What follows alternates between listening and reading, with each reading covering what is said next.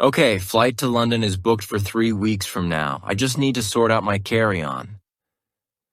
Awesome. Hey, random question. When does your passport expire? Not for a while. I think it expires next year. Let me check. It expires in about 5 months. 5 months? You might have a problem. What? Why? It's still valid.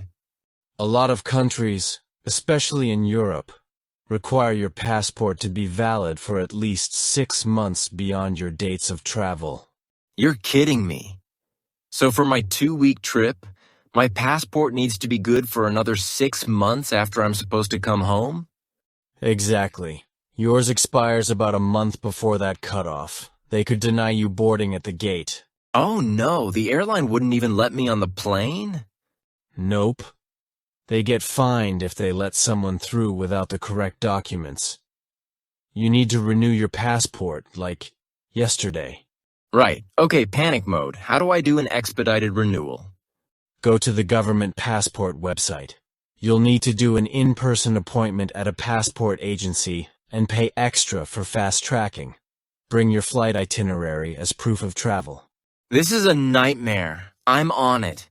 Thanks for the heads up. You just saved my trip. Anytime. Better to find out now than at the check-in desk.